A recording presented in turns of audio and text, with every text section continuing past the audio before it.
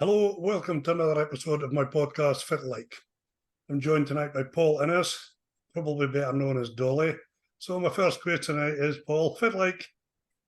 Aye, good, aye, very good, very good. Thank yourself, Lee. Do you know how fine? Thank you very much for coming on to have a chat with me. Aye, no So bother. I have to start tonight with a first question. When I think of Dolly Parton or Dolly mixtures. Why are you called Dolly? Neither of the two. Okay. Dolly Dimple. A Dolly. smile of two dimples. Dolly Dimple. It was growing up in Ailsa Court. Alexander Reid, Panda. He started calling me when I was 5 years old, and we got it since. Make your mind you growing up and we'll be across the road for you. That seems Right, aye. So who Funny. was growing up for you, Paul? So, Growing up for you, how did you grow up after? aye, spot on, aye.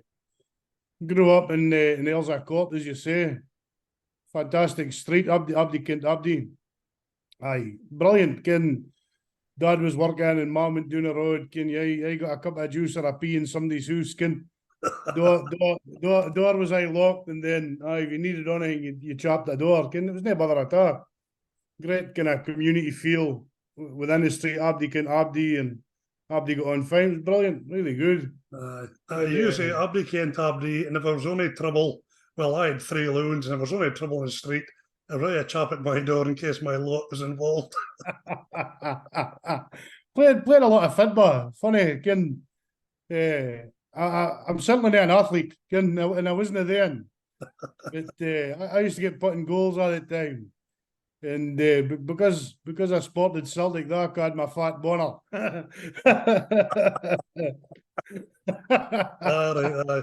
Okay. But no, growing up was great. Mum and Dad worked hard.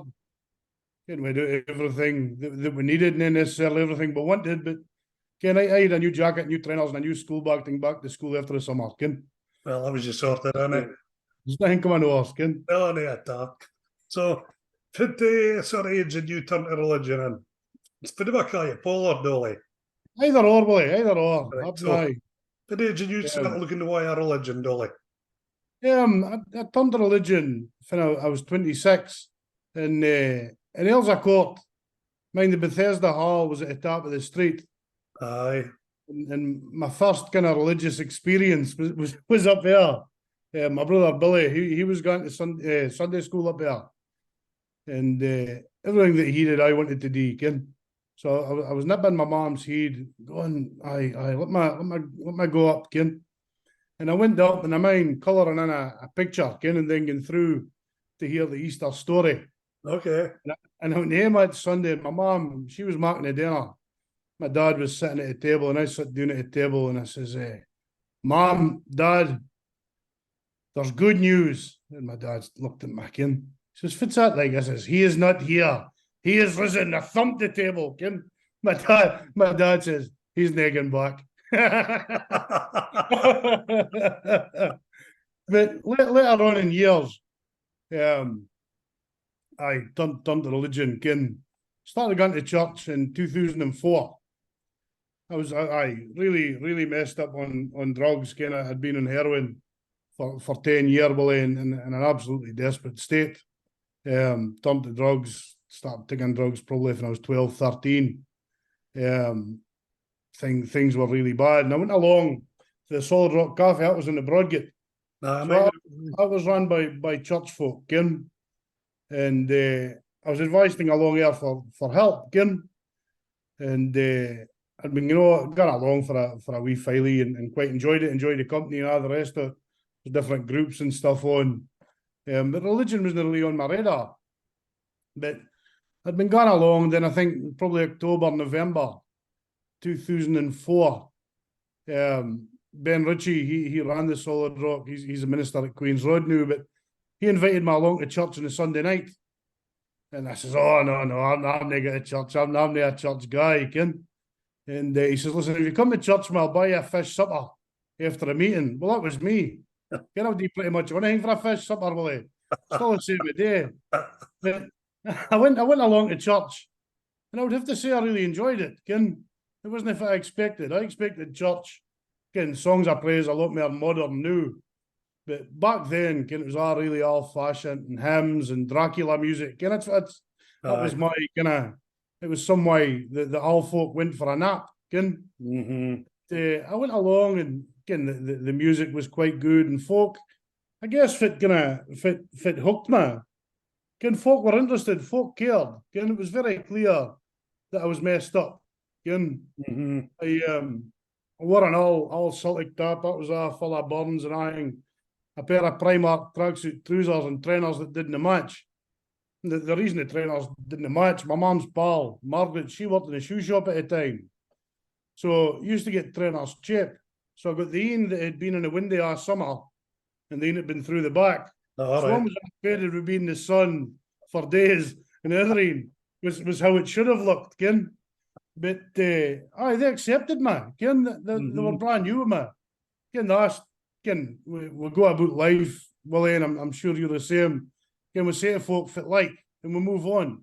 Folk in the church, they were saying Fitlike and waiting for an answer, ken. They cared for me. And I guess 5 or 6 fish suppers later, I really enjoyed church. I started kind of bumping into a lot of folk I kenned that started getting along to church and different things, folk that I would never have imagined would have went. In December the 4th, 2004, one of my pals came home for sea. I wasn't working at this time. I kind of worked the majority of my addiction, worked through, we were brought up, we a strong work ethic. I mean, when I was 16, first time I told my dad I was taking a day off my work because I was near wheel. Wasn't happening. Oh, no, he says, that's a black affront. You'll go to your work. If you're near wheel at dinner time, you'll come home. We worked for the age of 12, like in a fish yard and always. Just the way it was. Aye, definitely. And I wasn't working at the time. I'd been working for a couple of months. And a lad, one of my pals was coming home for sea, so he messaged me about 7 o'clock in the morning. And he says, listen, Dolly, we're on our way in. I've got a big square up. You fancy going out to play? Definitely. I was skint. He had money. So he picked me up in a taxi, went down to the pub that his sister worked in. And he says, we'll just have a day out. We'll buy this and that and the next thing. And went down the road, bought tablets and different things. I went in the chemist for my methadone, and the chemist says, no, look at the state you, I'm the dispensing drugs to you the day, and I said, well, I'll just sit here and wait. So the wifey got fed up. She gave me my methadone. About an hour later, my body totally collapsed. I overdosed. It was Haddo's at the time for Subways is new. Seen the Broadgate? No, aye. 2 o'clock on a Saturday afternoon, just fell in a heap, overdosed. I woke up in the hospital in Aberdeen. And at the bottom of the bed was Ben Ritchie and the other lad, Daniel Sutherland, 2 lads that I knew for the Solid Rock Cafe that had been helping me. Okay. I thought, oh man, Christians again. This is church folk. And Ben, I used a one. He says, listen, you've been very lucky this time. Next time, you might not be as lucky. He says, is this what you want for your life? He says, have you not had enough? And I started to think about it, and I started to think about other things that I had enough of. I'd had enough lying to my mum and dad all the time, overdosing, being in cold turkey. Like all my pals were dying and different things. And I thought, I've had enough. I can't live this life. And I mind maybe about 2-3 weeks before it, Beldy Blackhall bides right across the road from my mum and dad on Gallagher Road. And I mind Beldy taking me to the side and she was saying, Dolly, you're too good for this. You need to change your life. She says, your mum and dad's about half their age. They're good folk and you're a good loon. You need to think about what you're doing with your life, And then overdosed in a hospital. Ben said to me, you need to change your life. And I thought, I really do. I tried everything. I'd been in methadone for 9 years, smack for 10 years, all the madness that I was in.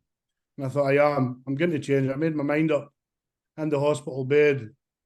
I thought, nah, I'm going to turn my life around. And then, over Christmas and New Year, that was the beginning of December, over Christmas and New Year, I thought, right, okay, I'm going to chill out a bit. And I did. I calmed right down. I took my prescription, bed in, never went out or anything. And then January the 28th, 2005, because I wasn't working, I was going back and forth to the Solid Rock Cafe at the time, seeing Ben, seeing different folk, quite enjoying the church and all that. And I became a Christian on January the 28th, 2005. And Ben Ritchie, he prayed with me and I became a Christian. So he took me up the road, drove me home, and he said, right, you need to go into your house and tell your mum and dad what you've just done. You ken my mum and dad, will you? Oh, aye. And I'm thinking, oh man, ken. Especially old school, ken. So I says, you come in with me, you tell him, ken. And he said, no, you need to tell him in the Bible, and he's sharing stuff with the Bible and folk, can I share their stories? I'm saying, oh man. So I went in, ken, bearing in mind, ken, I've just became a Christian, but I'm still a drug addict, ken. Aye, okay. My dad, he's sitting in a classic dad chair, ken, nearest the fire, best view of the TV, remotes on the arm of the chair, ken. The bigger dad chair. Dad chair. I've got to do that. My mum, she's sitting knitting, ken. And I sits down and I says, I've something to tell you. And my dad, he's reading his paper, ken. He never flinched. But my mum, ken, can always count on mum. My mum, she says, fit. And I says, I'm born again. I'm washed in the blood of Jesus. I've became a Christian. My dad went like this with his newspaper. Lifted it back up. Never cracked a light, ken. And my mum, she says, I interrupt you for 1 second. Aye. See, when you said what you just says, I've become a Christian. Aye. How was you feeling at that time when you were telling your mum and dad? I was really nervous. I was absolutely freaked. Ken, like, I spoke, my mum, she was like, oh. I was thinking, well, that went well. I went up the stair and fired the PlayStation on. I sent Ben a text saying, that didn't go as well. You should have come in with me. But, Ken, I was January the 28th, 2005. And I wouldn't say there was only kind of dramatic change then. I had made a commitment, Ken, that I was a Christian. I was going to follow kind of Jesus, Ken. And I did.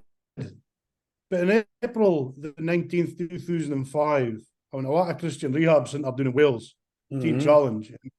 And that was a shock to the system. And it was like a spiritual concentration camp. Okay. And all the rules and all the discipline, all that sort of stuff. For 10 years, I had pleased myself and done what I liked. So I needed something hardcore, like Willie. I needed to change. And this was it? This was it, aye. So I spent a year down there. I got counselling and that, and you're taught the Bible and different things. For 4 weeks, the first 4 weeks, you detox and that, and then you're totally clean. And then you go through different phases for you get days out and weekends home and stuff. It was an incredible time. I bed on doing in Wales for a year after that and did a Teen Challenge Leadership Academy. That's kind of like a short kind of Bible college course. Okay. So I did that, and then I went up to work on the borders in a Teen Challenge rehab. I did that for 2 years. I really enjoyed that, helping guys that were in the same situation that I had been in a year or two earlier, just coming in, broken, bust, and helping them come back to life, laughing with them, greeting with them, just being there for them in the hour of need. Did a bit of preaching, all that sort of stuff. And then I'd been there about a year and a half, and I had a conversation with Ben. Ben was still running the Solid Rock. And he said, listen, I've got the opportunity to join the ministers team, the pastoral team at Queen's Road. He said that there'll be some moors going in the Solid Rock if you thought about coming home, And it was always my heart. I kept a little journal at the beginning of my programme in Teen Challenge. And I wrote it out every day. And I had written that I'd only been in about a week and a half, that I wanted to go back home and help folk that I kent in the Broch and all that sort of stuff. And I said, well, funnily enough, Ben, it's in my heart to come home eventually. And I did. I came home in December. I think it was 2008. I came up the road and started working in the Solid Rock, part-time for a start, and then full-time. just being there for folk, helping kind of the vulnerable in a community, addicts, alcoholics, all that sort of stuff. Signposting them, putting them a lot of different rehabs, doing groups with them, sitting down here and one-to-ones with them and nothing. I'm a great believer, Willie, again, that every experience that we've been through, whether it's good or bad, we can use it to help folk. You can learn for them, Paul. Absolutely. Again, there was a guy, when I was at the Teen Challenge Leadership Academy, the leader there was a guy, Pastor John Ivinson. And a diamond to a boy like Willie, again, really gentle. And he said to me, he said, Paul, it's important in life that we use our pain, and we don't let our pain use us. And I thought that was pretty incredible. That's a fantastic saying that. Aye, using my experiences to help other folk, as you say, learning for them. What did I learn from my bad experiences? Helping folk. And it was an incredible time. I did that for 10 years. We put on a meeting once a month. Again, we got it street church. We got addicts and alcoholics in the tuna and fed them. Again, we gave them soup and a sandwich for a start, maybe a little meal. And then we had like the God slot. But what we did, we kept the pudding for after the God slot. Okay. We gave up the food, they would have bolted it for a God slot. Come on, Kim. So we put a sticky toffee in the oven, turned it up a notch so the smell wafted through, Ken, so they would sit. But great days like Willie, Ken. I did that for 10 years. I ended up running the Solid Rock for a few years. And again, Ken, great days, Ken. I met my wife Julie. Oh, sorry, carry on. I was in a Teen Challenge Leadership Academy, she was there as well. She's for Aberdeen, Ken. So I met her and Ken, we were quite close, and Ken, I was in the friend zone. The friend zone's not a great place to be, Willie, Ken. Okay. The friend zone. So I told her how I felt, and she was saying, "Oh well, I didn't feel the same way, Ken." Flip's sake. But eventually she relented, and we got married in 2010, Ken. But since then, as I say, I ran the Solid Rock for 10 years. And then I started volunteering in the Al Peterhead jail in Craiginshires in Aberdeen. Okay. My prison fellowship. And then some wars came up for the new jail opened. So I started working in there part-time. Again, I absolutely love what I do in a jail. I did that for probably 5 years part-time. And then 2019, I got offered I applied for a full-time post doing Glasgow. I was working in Berlin, in Low Moss. Different world altogether doing that. And then the full-time post came on a go up the road here just 2-3 months ago. So I've been full-time in Peterhead since then, Kim. Very good. Right, we'll get back to Peterhead shortly. Aye. You were saying you was doing all this work. Did you ever see when you went back to working in the Brock? Was there still guys using drugs that were using drugs when you were using them? Still? Absolutely. Aye. So how did you meet that challenge to try and get them off? The thing, well, folk I was never kind of mega preachy and kind of ramming the Bible down folks' throats and telling them that they needed to change and all the rest of it. Always kind of kept contact. We folk kind of shut myself off for 4 years because I needed to for me, Willie. I wanted to get clean. I wanted to bite clean. So I was quite kind of fussy about my relationships and stuff. They say, a classic an essay, stick with the winners. Folk that's gone before you, learn for them, watch what they're doing. And that's what I did in the early days. But folk, I always been approachable, always spoke to folks, spent time with folk, and folk were coming to me, so that was great. But before I came home, folk was saying, "Oh, you're home too, and oh, you'll struggle," and all the rest of it. I can honestly say it was never a struggle, Billy. I think if I was doing in the Solid Rock, working with addicts and alcoholics, you're seeing the pain and misery that they're going through. There's nothing attractive about it. Do you get what I mean? So I had a constant reminder of how bad things were. So when you says to the lads, "Look, guys, I ken how you're feeling. I've been there myself," did that resonate with them? Big time. Big time. Because I think, in your home too, and folk ken you. Aye. You know what I mean? They ken how mad I was When I was on the drugs and I was loud. I jumped about the Broadgate with I worked in the factory. I had a blue bailer suit and yellow boots on all the time. On the Broadgate full of peels or full of something, shouting and bawling. And folk seen a change in me. And that's gives them a bit of hope, I suppose. So I'd imagine it's quite easy to get into the drug scene, but it must be really difficult to get out Oh, big time, big time. And that's what I always say. If getting clean was easy, well, everybody would be doing it. And I needed to go to the other side of the country. I needed to go to Wales, back and beyond. But I'm glad I did. On the bad days when I was thinking, I can't do this anymore. Mind phoning home on a Saturday night. And I said to my dad, I'd had enough. I said, Dad, I'm for him. I didn't like it either. I think I'd been in about 4 or 5 months. I've had enough. And he says, aye. Asman, aye. If you've had enough, just come home. And I heard my mum in the back. She says, he's not coming back here. My dad says, well, I'll let you speak to your mum. So I never got a green light for Kathleen, which I'm glad about. I suppose it'd been easy to jump ship and come home, eh? Definitely. But I wasn't ready, and my mum and my dad full of whiskey, aye, come home.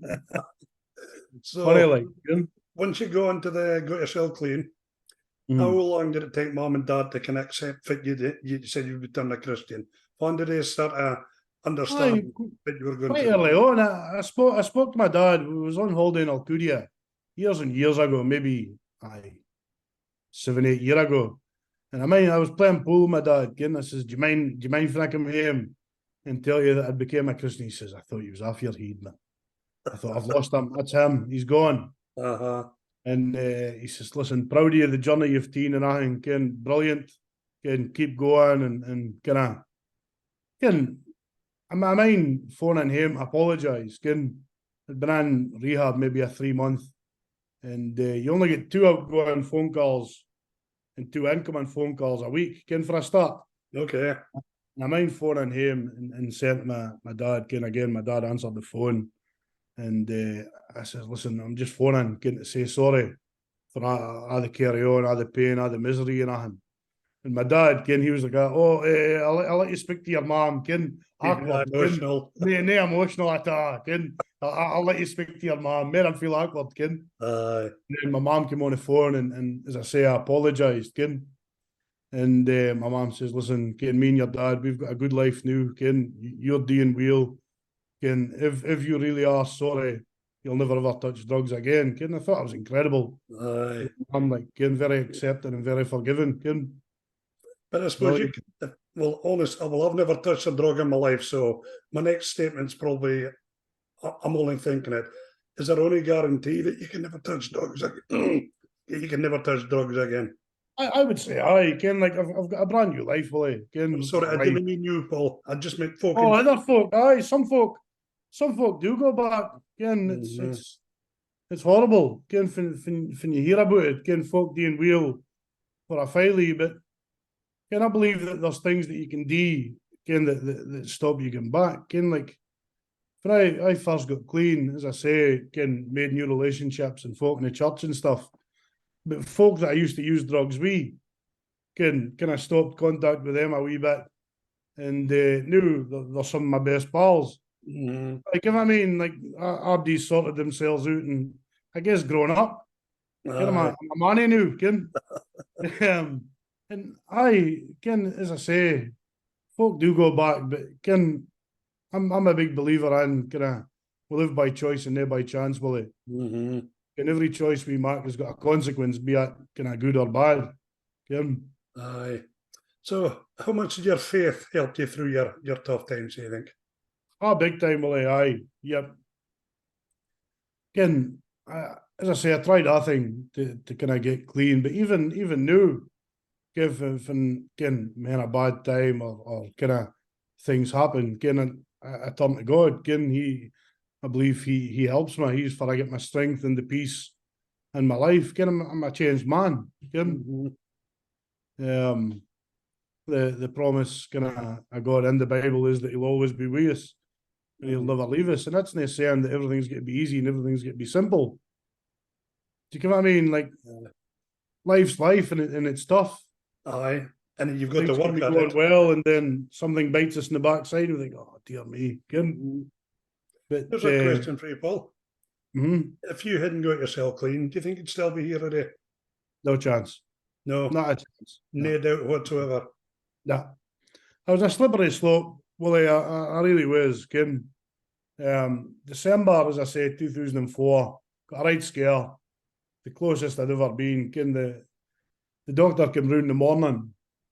That happened on a Saturday afternoon. The doctor came round the Sunday, and he said, I'm going to refer you to the psychologist. It's not need to refer me to the psychologist, and he says, no, the volume of drugs that was in your system, we've got reason to believe that you're trying to commit suicide, I said, no, I'm not suicidal, I said, I was just getting high. And he shook his head. He said, you Fraserburgh lads are all the same.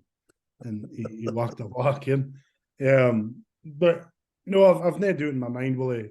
Like, I was ordained as a minister in 2017 or 2018, did my studies and my training and everything. So you can call me the Reverend Paul and us if you like. But again, it's funny, like, ordained as a minister, and then I had done a couple of funerals before that. But doing weddings for my pals and stuff. Okay. But doing funerals for my pals and it's bittersweet. Do you get what I mean? Like, doing, like, it's always an honour when you're asked to do a funeral, and I wouldn't say I particularly enjoy them. When I do them, I always give it my all, and I always realise how blessed I am. I'm always thankful for my life, and as you say, when I think how far I could be. You're an inspiration to a lot of folk, Paul, listening to your story. It couldn't have been easy. No. But life's not, Willie. No. It's not. Folks say, oh, life's not a bed of roses, but you get roses, you get thorns, that's kind of how it is, Very true. So I'll take you back to the jail. Are you the Reverend Paul? No, just Paul. Paul. In jail.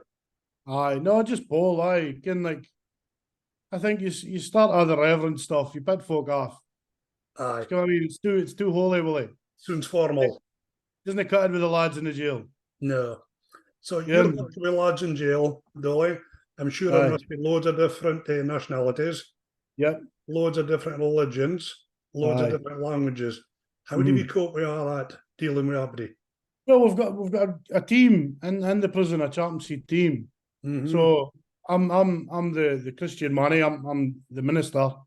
We've got an imam. He sees the Muslims. We've got a Roman Catholic chaplain. He deals with the Catholic and he's Eastern European, so he speaks a couple of languages. So he's very good with a lot of the guys aren't for here. But there's somebody for Abdi. You've got our bases covered. Yeah. You've got our bases covered. Aye, you have to hear. I'm the full-time money. Abdi else is part-time. So I can imagine you've somebody come and say, Paul, they're not feeling great.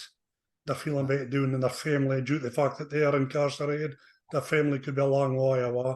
How do we sort of get around those kind of problems?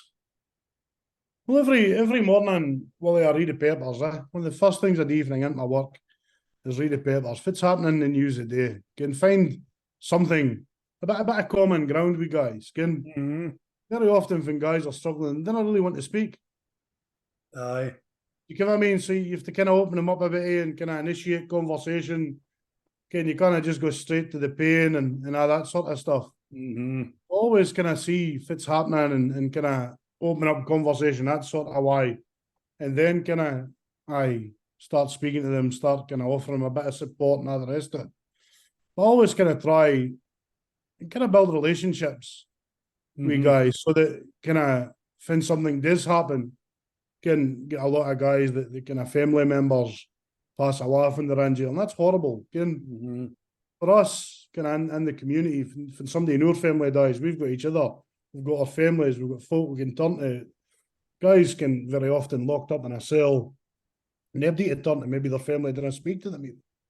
They're now welcome to the funeral and stuff, so it can be hard for them. So can always count a privilege that you're kind of invited into their pain. And as you said, a really important thing here is building up that relationship. Because without that relationship, you've no starting point, have you? None at all, again, like, I think for me, again, there's a bit of office work involved, obviously admin and that sort of stuff in my job. But for me, again, I just love being on the halls, again, speaking to the guys. Abdi's opening up, they're coming over for news and getting to Ken guys. And brilliant, like, Willie. Again, I love it. Again. So you said earlier on you do weddings, you do funerals. Have you covered any weddings in the jail? Not yet, no, not yet. So, been a few, but I've never had to do it yet. How would that work if there's a wedding in the a wedding in the kirk in the jail? Sorry, how does that get about organising it? It's a bit of work, like. But it does happen, Can very, very minimal. Can, like, you'll only get an hour and a half. Your money will come up and get married, and then back down to his cell after an hour. We always try and discourage it because I think there's no celebration really. It's just a service and maybe a cup of tea and a bit of cake, and then that's it. It's done. Sounds a bit depressing, that. Aye. But I think a lot of folk just want to get married or they're engaged and the other person gets to jail maybe. Now, I know you work in a high security place, but you must get some laughs at some time in here and that. Fearsome, Willie. Fearsome. Funny. Like, just the stories. Like, you've got guys, that have lived a lot. And doing in Glasgow was fearsome, Barlinnie and Low Moss. You sit and listen to their stories all day. They say, people make Glasgow, and they do. Some of the part are just brilliant. First class, Willie. Telling you a story and they just think it's normal. You're buckled. Same in Peterhead, like. But there you go. That's building relationships again, isn't it? It is. Like folk. I'm not a bad guy, Willie. I wouldn't say that there's somebody that I particularly didn't like. So like, folk see that you're a good guy. Good folk are attracted to good folk. Like, there's a misconception that Abdi in jail's bad. But a lot of them aren't. A lot of them are good guys that have made bad choices. Aye. And that's easily done in life, isn't it? Oh, definitely. I could have ended up in jail myself, Willie. Could have been me, but I got good. I'll say that again, but your story is an absolute inspiration. I hope for comes out, if one person looks at his story and goes and gets help, it'll be a job well done, No, definitely, and that's what my book, Willie. Just it breaks my heart to see folk in pain. I think like all the years when I was at a Solid Rock and folk that would come in broken, and we always used to say that folk, you can help folk if they've got the gift of desperation. Desperation is a gift. A lot of folk walking the streets on drugs that aren't desperate. If you're desperate, you'll take the offer of help and you'll try anything. Well, that brings me back to something you said earlier. You says you was invited down to Solid Rock Cafe. And an invitation's one thing, going over a doorstep's another. What made you go over that doorstep, Dolly? The very first time that I went in, there was a team over from America. They were an interesting bunch. They were quite funny. But my brother had been going back and forth. He says, aye, come up, they're all right. They feed you and I said, aye, all right, I'll go up. I was high as a kite and I fell asleep in the settee. That was the very first time I was up. And then second time I went up, I thought, aye, no, this is all right. Like the Solid Rock as you went in, was on top of the Bruce of Butchers. And as you went in, you had to go up like a flight of stairs, then another 4 stairs, and then through a door. Ken, so it wasn't like you were just walking in. Ken, a bit of time to kind of think about it now. But the folk here were very good with us. Ken, Ben Ritchie, he's my minister now. Ken, at Queen's Road. Ken, he was absolutely brilliant with my like Willie. Ken, very, very good. Ken, I wouldn't be far I'm at and doing what I'm doing today without this kind of guidance, support, man. Ken, he was fantastic with his like. I've kept Ben for a long time. We used to play football together. It's That right, shows you how long ago that was. And Liz, Les, aye. glory days. Glory days, aye. Brilliant. Aye. So no, he was salt of the earth, Willie. Ken, like, just took my hand. Ken, I'll show you what you need to do. Ken, if you're serious about change, let's do it. Ken, and here I am, 18.5 years later. Ken, incredible. Wow. I'm thinking back to another thing he says. You overdose, you're walking up in the hospital, and here's Ben Ritchie at the bottom of your bed. Aye, yep. I mean, I bet there's plenty of other things you could have been doing that day. Oh, it's a fact. A Saturday. A Saturday night, Ken, like, I always say Saturday's family day, Ken. Aye. No matter if it goes on the rest of the week, Ken, I always try and spend Saturday with my family. But aye, Ken took time out through Aberdeen to see me, and again, just fearsome, like, Ken. Aye. And you've been family ever since, William. Aye, oh aye. Aye, brilliant, like, very, very good, Ken. Right, Paul, we're going to finish up with you. I'm going to ask you a bit of advice. You've got a young lad who's pretty much in the same boat as you. What would you tell him? Tell him to tap into all the support available. Ken, there's a myth that there's no help. Ken, but there is, and folk just need to reach out. Ken, there's plenty of guys like myself willing to take time with folk and help them. Ken, there is hope. Like, folk can change. Ken, they say a leopard can't change its spots. I think that's nonsense. Ken, if a little wee bit of willingness goes so far, Willie. Ken, and aye, for me, I never thought I would change. Ken, I thought I'm going to die a junkie. Ken, that's what I thought. Ken, but there is hope and there is help. Ken, I've no problem with them. They contact them if they think there's only way that I can help them. Ken, a private message on Facebook, forever. Ken, but folk can't change. Ken, like, I think, Ken, folk watching us that have been on drugs or are on drugs, will Ken, that you think you're worthless, Ken. You think you're not worth nothing because you just think, Ken, like, addicts are bad folk. But Ken, I think there's a life to be lived. Ken, I believe there's potential in absolutely everybody, Willie. Ken, I 100% agree with that.